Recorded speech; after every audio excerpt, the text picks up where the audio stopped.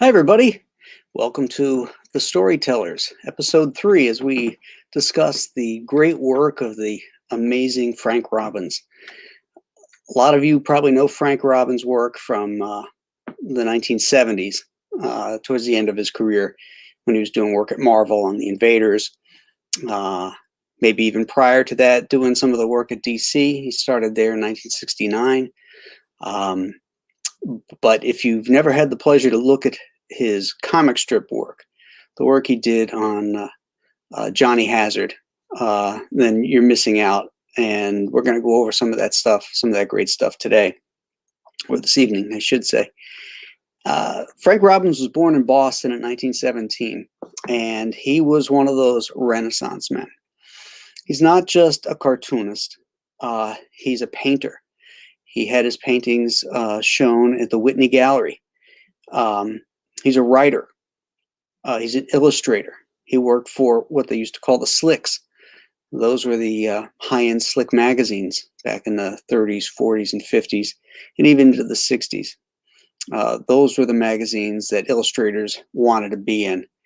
And man, did they make some money. Those were the markets that paid some really great change. Frank started out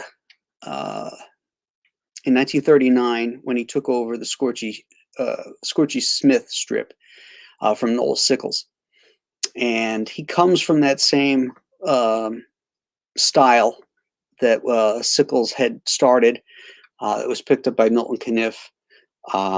It was that chiaroscuro, high contrast black and white, which worked great in newspaper strips because the printing was so bad.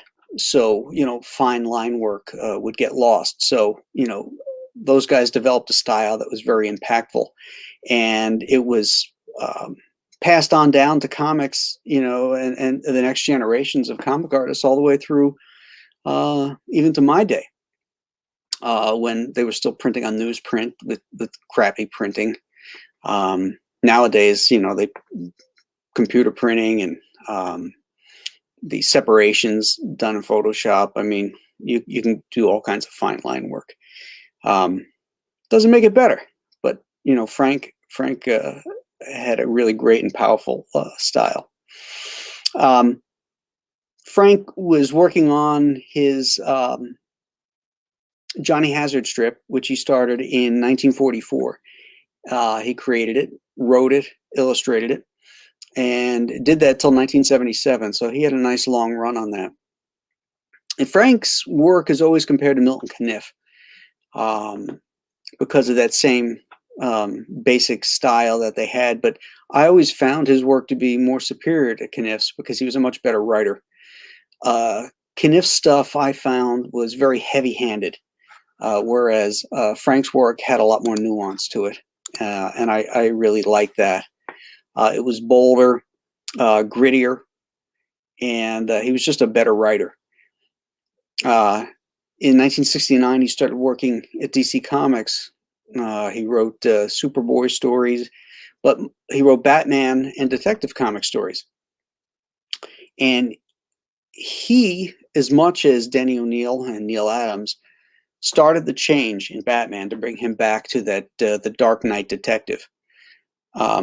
Frank created a bunch of characters as a writer for DC, including the attorney Jason Bard, who had a backup feature in Detective Comics, the Spook, which is a great, really cool villain, and Man-Bat, of course, the classic character that he co-created with Neil Adams. So a lot of people don't realize that Frank's work, he contributed so much to the comic book art form as well. 1975, he went over to Marvel. I don't know why he did, but and for some reason, he never inked his own work. Frank is one of those guys like Joe Kubert that nobody looks better inking him than him. Although over at Marvel, he did have Frank Springer eventually on the Invaders, and that's when the Invaders got really good. I think my first exposure to Robbins' work was on the Invaders. It was Invaders #1, um, and I was really disappointed. I mean, I just uh, I had Invaders #1 had this incredible cover by Johnny Romita, and who was one of my favorite artists at the time. And then you open it up inside, and it's this kind of wonky looking figure work by Frank Robbins, and insult to injury, it was inked by Vinnie Coletta. Not a good match for him. And to be honest, Frank Robbins was not a superhero artist. It really did not fit him well. Uh, he worked. His figures had a very abstract look to them, and he carried that over into his paintings, his abstract paintings, and that stuff it worked great in. It even worked great in the adventure strips that he did, like Johnny Hazard. It worked great in the war comics that he drew for DC Comics. Excuse me. He did some amazing. I've got some artwork to show you from. I think it's Weird War Tales, which is just incredible. So like a lot of people, my first impression of this guy's work was on superhero stuff that he didn't write and he didn't ink. And so I was not a fan until I later on discovered the work he did on his comic strips.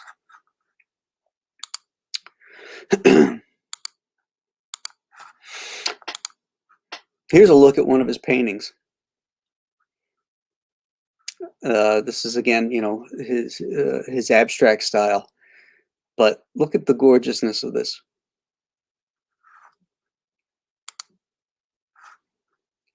It's another one.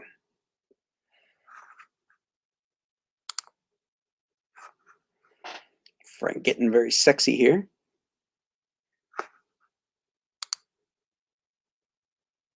This seems like something Frazetta would do to me.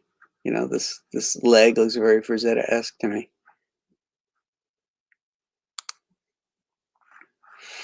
This is some of Frank's illustration work that he did for Saturday Evening Post. This Saturday Evening Post was one of those things the illustrators wanted to get into because illustrating for them was a good payday. They paid the top rates for illustration in the magazines. And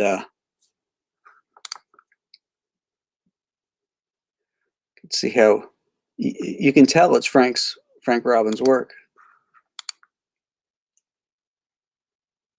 Beautiful, great contrast.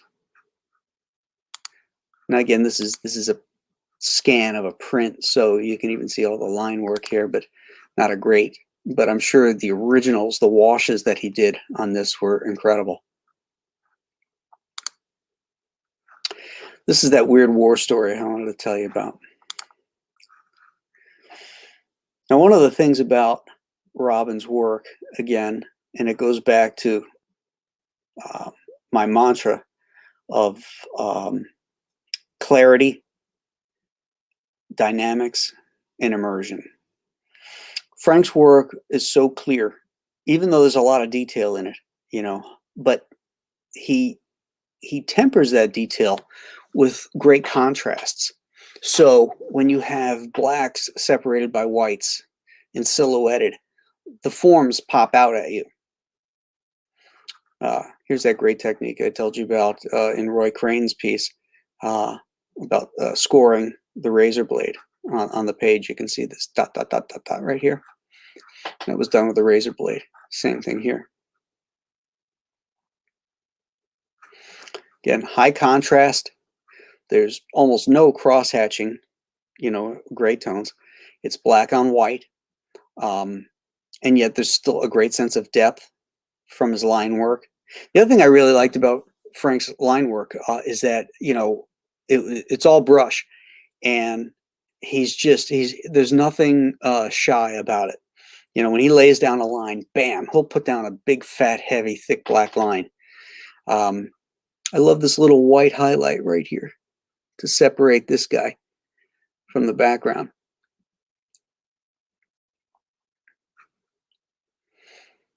Great depth here. Again, it's like, he doesn't touch all the lines. He leaves them off so that lines aren't constantly touching foreground lines, and it gives the middle ground there some background. Same thing he did here. We have, it's not solid black, so it's grayed. So this image, this spectral image, is like in his head, sits back. But Robbins was great at drawing all these military hardware too, just like Roy Crane was. Look at that. I mean, you ever see a World War II, movie? This the torpedoes scooting across the water, under the water, leaving that trail, and then that explosion on that boat. That's so awesome.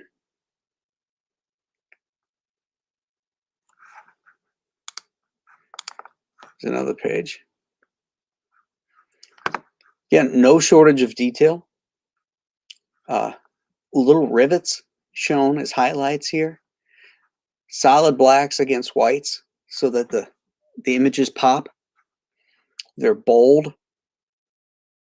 And then when you put color on this stuff, particularly the style of color that they were using at that time, basically dot patterns, the stuff really, really popped. And nothing got lost because of the boldness of the ink lines.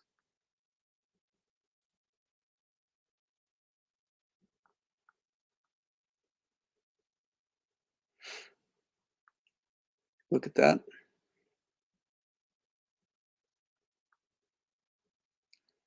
No panels. No panel borders, rather, on this entire page. And yet, you can flow right through it. That's masterful right here. And like sitting in the surf there. And not having a panel border. Really, really great stuff. Here's a Johnny Hazard Sunday. Comic strips have formats, have specific formats because every newspaper presents them differently. So this would be like a half-page tab. And what would happen in a lot of papers is this top tier here, they call the dropout tier. Nothing in this tier can advance the plot because many papers would drop this off, and it would start with this one right here. I hate that. I hate that newspapers can do that. If I ran a syndicate, I would make sure you had to run it the way we gave it to you, and that you couldn't chop them up. And nowadays, you'll see we read left to right in the Western world, and they'll cut strips out and put them vertical. That doesn't make any sense. If the artist wanted vertical, he'd have done it vertical. But I digress. Anyway, there's a little strip history for you there. But look at the great blacks here. Robbins was a master of black placement.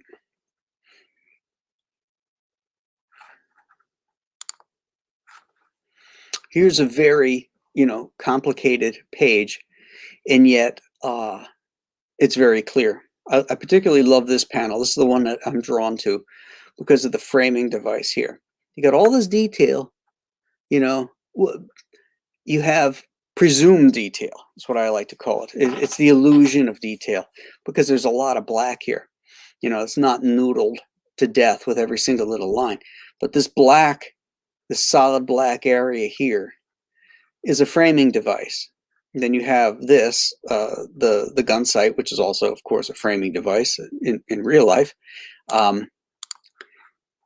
And then, you'll have these lighter tones back here where you're supposed to focus on Johnny in the background. All this lush foliage here. No shortage of reference on his details on the machine gun. A Japanese machine gun, as a matter of fact. Just beautiful, beautiful work. And it looked like Frank was studying a little Roy Crane's work that we talked about in the last episode. Nobody did water like Crane, and I think every cartoonist, copied him. Those concentric circles where things have gone into the water. Yeah. This is a beautiful beautiful high contrast page. I love stuff like this. We've got all this black, you got these black figures and nothing back here. You know, there's no dock, there's no other boat, there's no nothing, so that you can focus on these guys right here. Same thing here. You know, yes, it's dark in here. They're under the underside of a boat, and so in real life, these figures would probably be in shadow. You probably wouldn't really be able to see them. You know, there'd be maybe highlights on the edge of the nose or the edge of the face. But he decides, because you need to focus on these guys, puts all the shadows in the background, leaves them light so that they pop off at you. Clarity, not realism. There's another great panel right here where you've got the cast shadow from the boat. He's completely in shadow. She's partially in shadow. And right here by Johnny's butt is her shadow on him. This is just has great flow to it. And again, you've got all this negative space, the white, and then bam, you've got this nice heavy black area here with the implied details of the stuff that's on a ship. It's just one panel, and this looks like, you know, it could be a painting.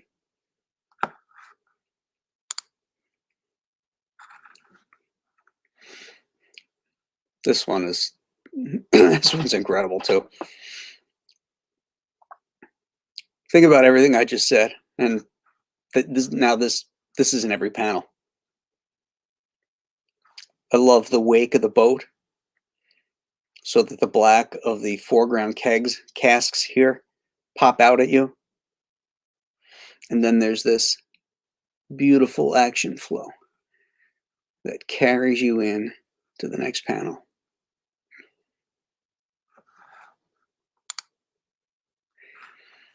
This is from Giant Size Invaders #1. This is actually the first appearance of the Invaders. And it's Frank's superhero work, again, inked by Vinnie Coletta. You know, Frank did so much of his Johnny Hazard during World War II. He's a perfect guy to do this strip. The problem was that, you know, the inker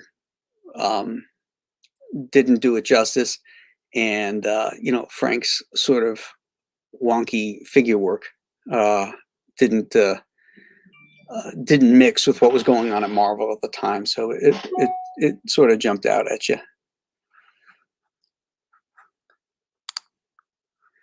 Okay. Now, when he started doing actual drawing at DC, now he'd been writing since 1969. Now, when he started doing some drawings, this is from 1971. I really liked his Batman work a lot.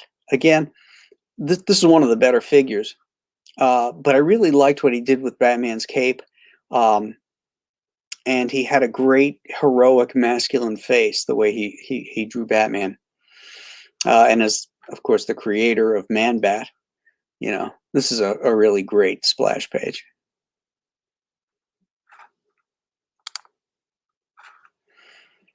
Another cool shot.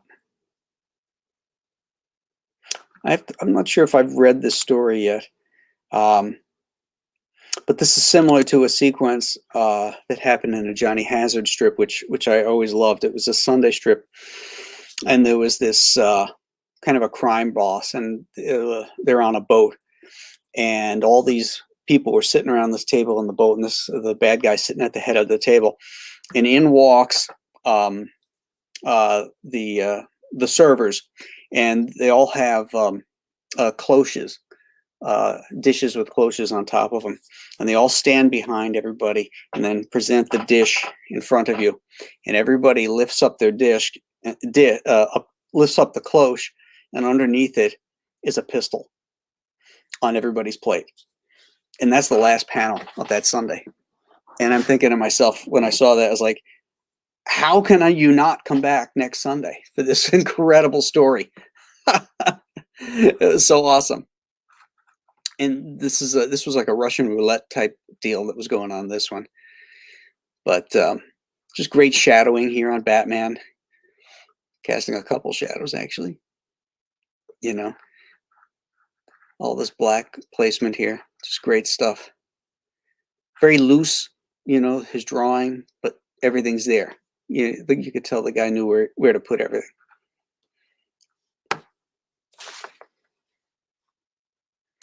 Let's see if I covered all that stuff. Yeah, I think I did. So I think it's time to pop in and see who's here tonight.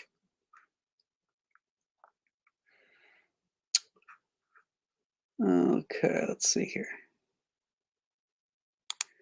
Monster Fan is here. When I was young, I used to buy The Invaders, written by Roy Thomas and drawn by Frank Robbins. He had a very quirky method of drawing. Yes. Pop Culture Avenger is here. Hello, hello. Statistical Zero has joined us. Hello. Wishing everybody a happy Thanksgiving, as some of these guys are doing in the chat room here. Hyper Kaiju is here. And Fragaboom, Dan is here. All right, you made it live. Excellent. Hope you got to rewatch the Roy Crane one. Hey, Pop. That must be Pop Culture Avenger he's talking to.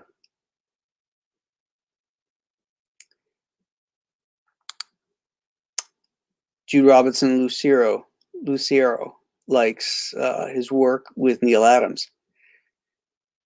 Frank was an underrated writer. Denny and Neil get all the credit for the reintroduction of the Dark Knight and turning Batman into that dark Avenger.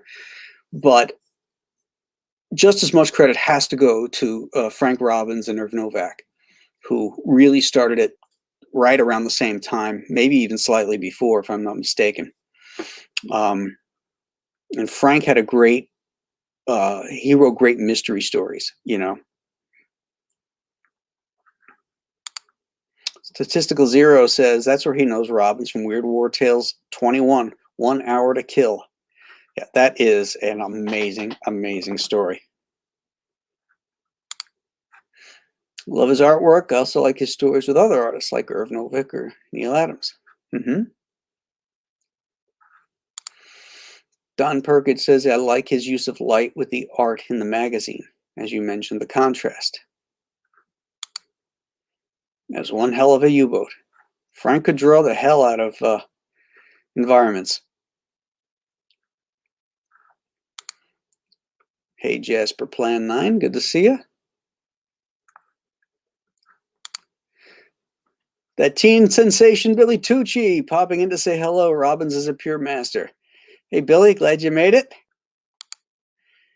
Andrew Paquette says he's a fantastic artist, as is Andrew. Welcome. Yeah, like a lot of us, Andrew didn't like his stuff as a kid because we were introduced to it in stuff that wasn't in his purview either.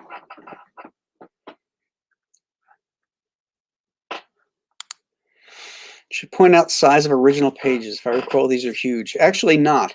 They're not that big. I have a Robbins hanging on my wall here.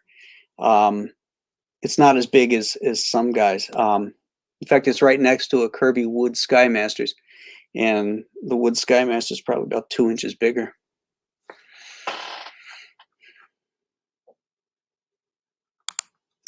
Are all the white spots in the dark razor blade nicks and not white paint? Most of them are. When you're working in the strip world, it's a beast on deadlines. It's constantly eating at you. Every day is something else.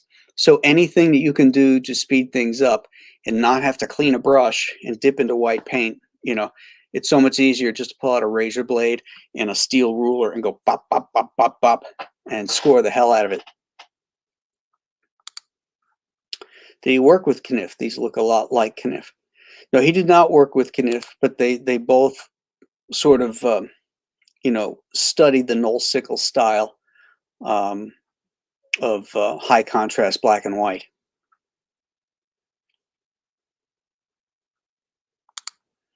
Did the artists of these strips do their own lettering? Sometimes. It depended on the strip. Kniff did not letter his own stuff. Robbins, I think Robbins did, but don't quote me. I'm pretty sure Robbins did.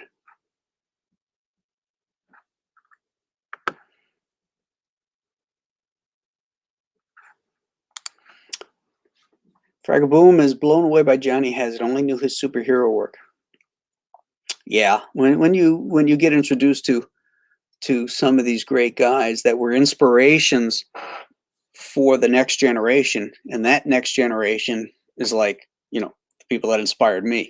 As I said in an earlier um, chat, that whenever I was enamored with somebody's work, I always wanted to know more about them, more about where they got that style from, and then study the history of comics. And then, of course, you have to go into comic strips because that was the predecessor of comic books and the artists there. And, that's how I came across, people like Kniff and Robbins and Roy Crane, because they, and of course, Alex Raymond and Hal Foster, because they're the ones that influenced uh, the Jack Kirbys, the John Buscema's, um, oh my gosh, you name it, Joe Shuster, even Charles Schultz. All these guys learned from the people before them. So I always find it very interesting to go back and look at the source material.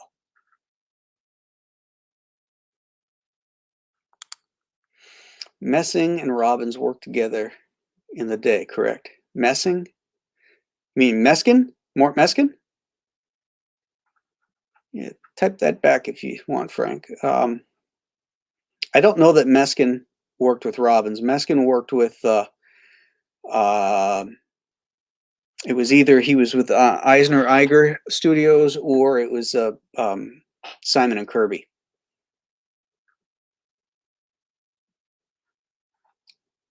Oh, there it is. Top Fox says, oh no, I'm sorry.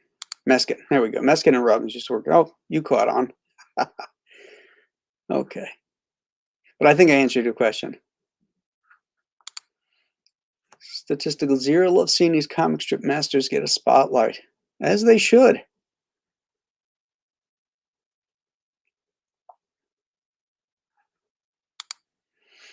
Didn't the artists of the day draw their experience from life in the war, so it was a bit more realistic in battles and weaponry?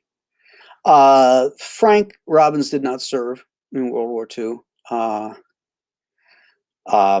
Roy Crane didn't serve either.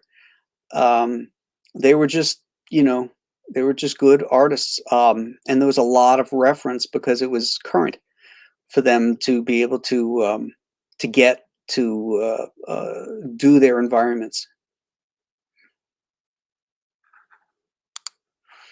Ash and Jackal, been hard for me to catch your streams. Well, you caught it today, sir. I'm glad you made it. Jasper Plan 9 says, great insight. Can't wait for the Chinook in black and white. Yes, in horrific black and white with some red. With some red. Someday I'll have the balls to do strong contrast like Robin. Someday, after I get over my fear of it. Come on, Billy, man up. Throw that ink down, son. It won't hurt you. Throw away that pen. Just lay that brush line in, boy.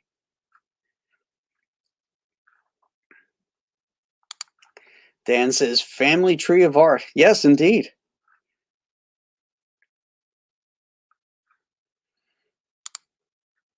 Yep, Scorchy Smith. Did you ever see any of Noel Sickles' paintings? He did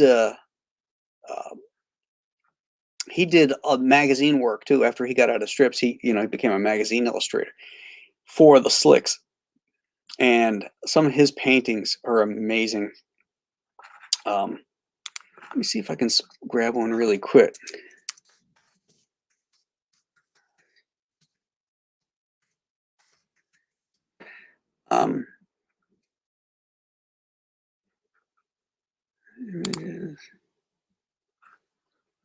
There's one in particular. Oh, here we go. Here's a cool one.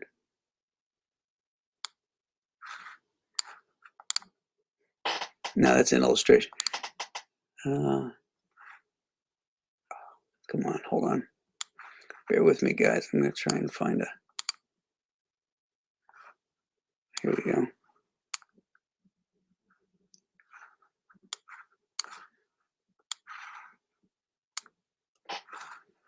Okay.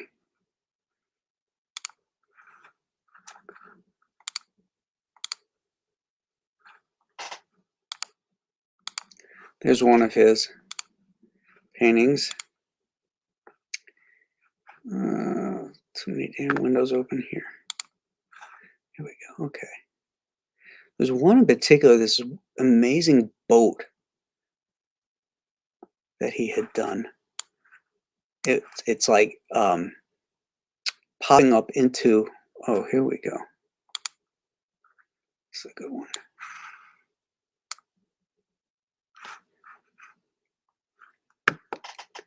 Look at that. I gotta find that boat one over here. Ah, here it is. I love this painting.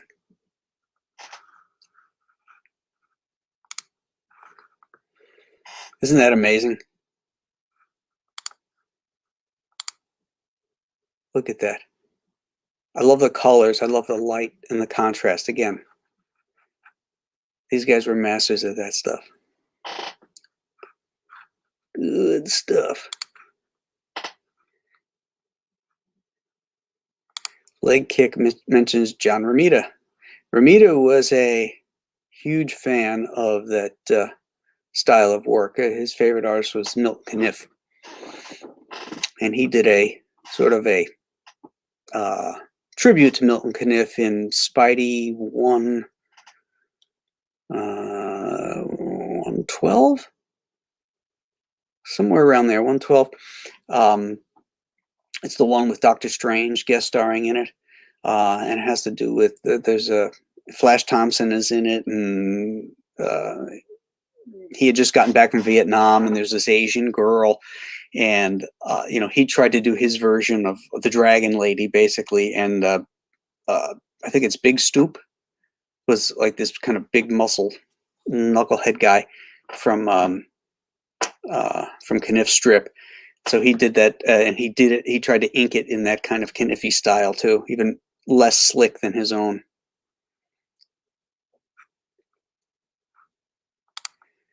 Are we getting a Graham stream tonight free of tech issues? Don't you jinx me. It's not over yet. Just get your drink ready. Because that's the deal, guys. When I have a tech issue, usually meaning I knock myself out of the stream, or I swipe my, by swiping my wireless mouse, that means you can take a drink. Robinson. Yep. Yeah. Jerry Robinson definitely worked with Meskin.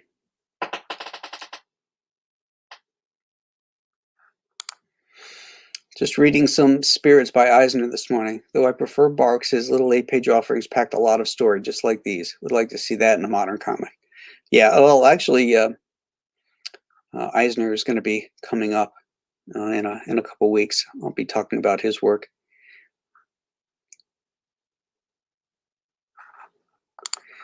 I wish I had that passion for comic art growing up. I studied origins of music and film, just learning about the older cartoonists. Cool. Well, hey, it's always fun to discover this stuff.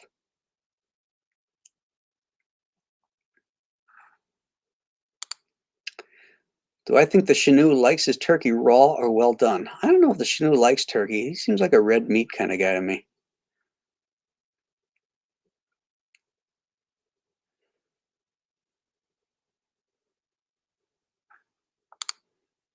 Andrew's a big fan of Sickles also.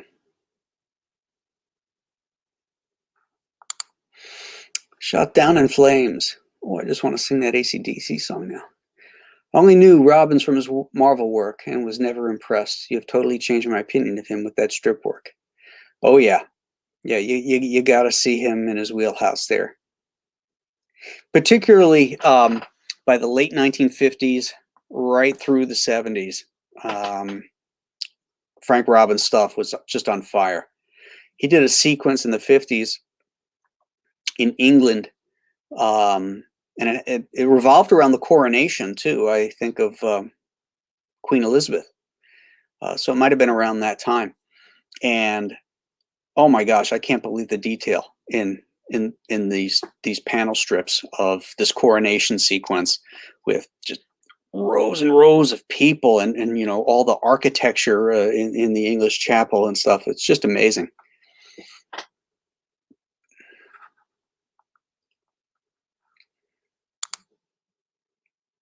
Show Ramita's cover to Cap 164. Fantastic storytelling. It can see the Kniff influence. All right, let's see if we can find that. Captain America 164.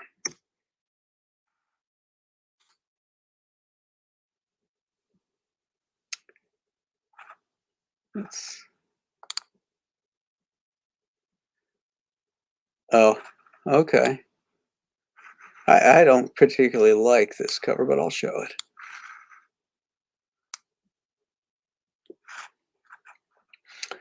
And since we're discussing art, I'll tell you why I don't like this cover.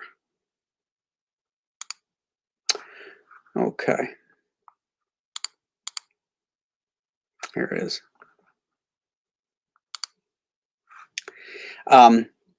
These look like disparate elements to me that were pieced together, particularly since the line of the building almost bisects the center of the cover. And there's nothing here sticking out. This would have gone a long way just to have his shoulder overlapping this building and breaking up that line a little bit, because it looks like two separate elements. There's no sense of depth in it either. So that's why that cover always used to drive me nuts. But to each his own.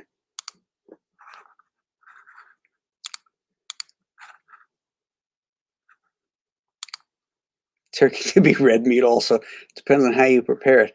Okay, well, I will not be having Thanksgiving at your house. Have you ever tried doing any pieces in these styles? Yes. I incorporate that in a lot of my work, the high contrast stuff. In Bane Conquest, I was specifically doing this kind of stuff. And you know, since these artists, these types of artists are sort of in my wheelhouse, even unconsciously, you know, it works its way in.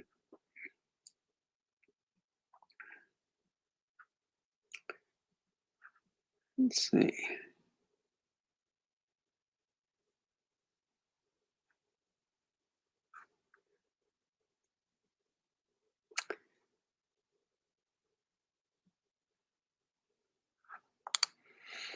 Some of these pages seem pretty much to be drawn in white on a black page. It would be interesting to see the page from start to finish.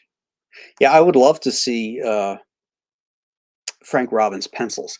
I wonder what that looked like. You know, my guess. Oh, yeah. Thanks, Dan. Yeah, it is. Spidey 109 was the Doctor Strange issue where he was doing his kind of love letter to Milton Caniff. Yeah, I'd love to see pencils from these guys. You know, I suspect that there wasn't much there. It was pretty light, and that these guys did all the drawing in the inks. But all the heavy lifting is done in the design work. You know, they just see it, they lay it down, and then bam, they slap the black placement in to bring the eye into the panels and separate the forms. That's what masters do.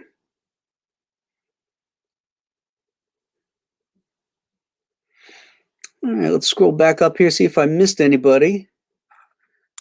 Jasper, I was told you're working in digital now, Graham. Is that right? Yes. Since The Expendables Go to Hell, that was the first project I did completely digital. The Chenoo is completely digital.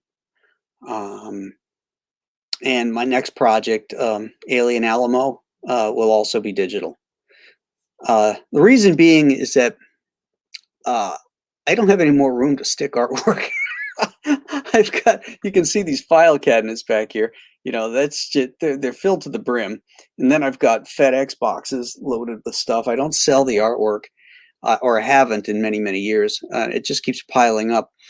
But more than that, there's an expediency of being able to work digitally, particularly in the inking stage. It goes so much faster because you're not cleaning, you're not dipping, you're not changing nibs, you know, all that stuff off.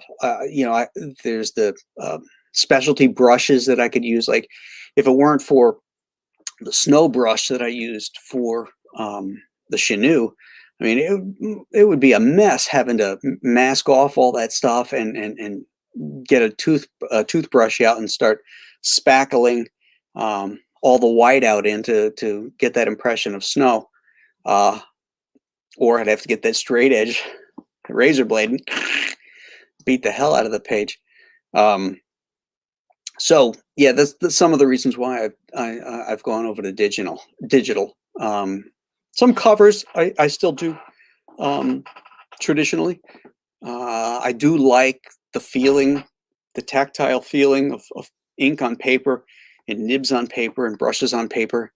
I just had to do a whole bunch of sketches for my Chenoo fulfillment.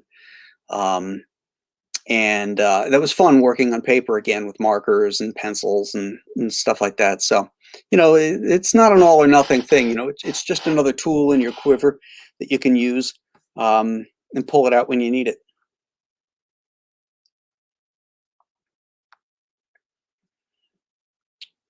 Let's see.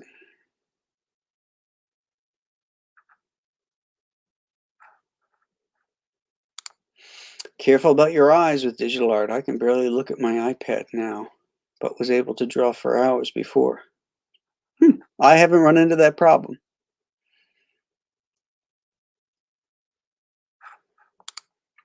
The Warner Brothers, Disney, and Hanna-Barbera cartoonists derive their styles from these guys because many are around the same age and time. I don't know. I don't know. Certainly, they would be influenced by many of the same people that would influence them, just like, you know, young guys today are influenced by, you know, usually the same, whatever's hot, you know, whatever's cool at the time. So it seems to me that Robbins never really adapted to the different page proportions when he made the move from strip, maybe over to regular comics. Yeah, I don't know. I mean, he worked about the same size on his Sunday strips. It's just in a horizontal format. He certainly had more real estate to play with when he was doing comic book work because you don't have the restrictions that I talked about with the panels about what has to stay in the borders. You could put panels of different shapes, which he couldn't do. You know, the perfect example was that. See, I think it was this one here, where there are no panel borders. You know, he just uses blacks and whites and some of this smoke effect to separate all the panels. You know, couldn't do that layout in a comic strip.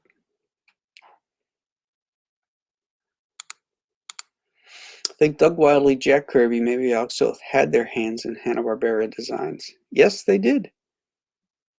Doug Wildley, you know, worked on and designed Johnny Quest. Jack Kirby worked on Thundar the Barbarian, and Alex Toth at Hanna-Barbera, you know, did the Herculoids and Super Friends. Lots of design work. When you said the pages weren't that big, do you mean compared to strips or comics? I was thinking they were bigger than a comic page, like 24 inches wide or so. Depended on the cartoonist. Every cartoonist worked different. If you look at Hal Foster's stuff, they were gigantic. They were bigger than 11 by bigger. Let's see, trying to think. They had to cut those in half, you know, to photograph them. I think they were so big. I don't understand how those guys could work and put in all that kind of detail working that big. But each cartoonist worked at different sizes, as long as it was proportional to the printed size. That was the only caveat. You could work any size. Robbins worked smaller than some. I'm trying to look at my strips here that I got on my wall. Kirby and Wood worked bigger than Robbins. Roy Crane worked bigger than Robbins on the Sundays, or on the daily strips. They're more than twice up, and that's what comic pages were back then. They all worked twice up.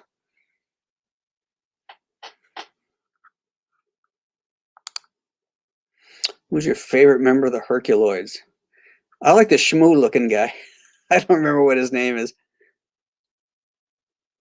Kind of white little ghosty looking dude.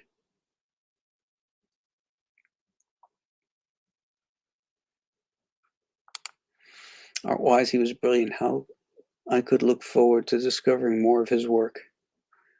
I'm not sure who we're talking about there. We're talking about Robbins? Off the top of your head, was Robbins under Julie Schwartz as a writer? Yes. That's yes. He did work for Julie.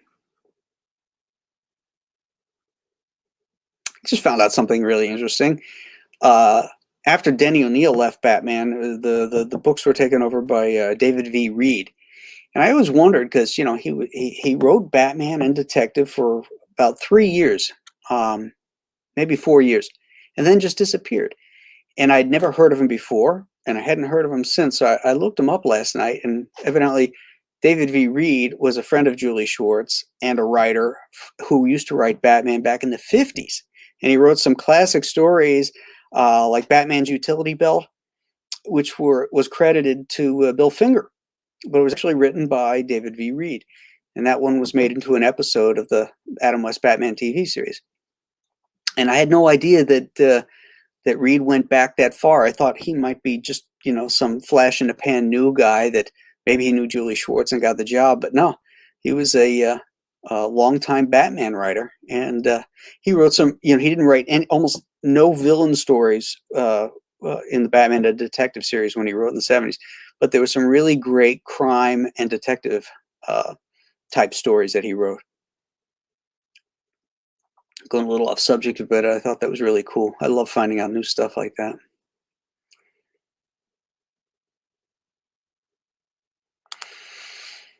When I worked on the Phantom, what size did I work at? It was roughly the same size as a comic, 11 by 17 board, 10 by 15 art, horizontal.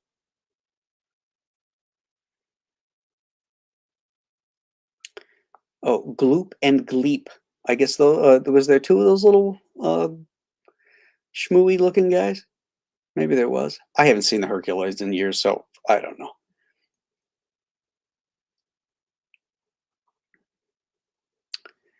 Okay, let's see if there's anything else here.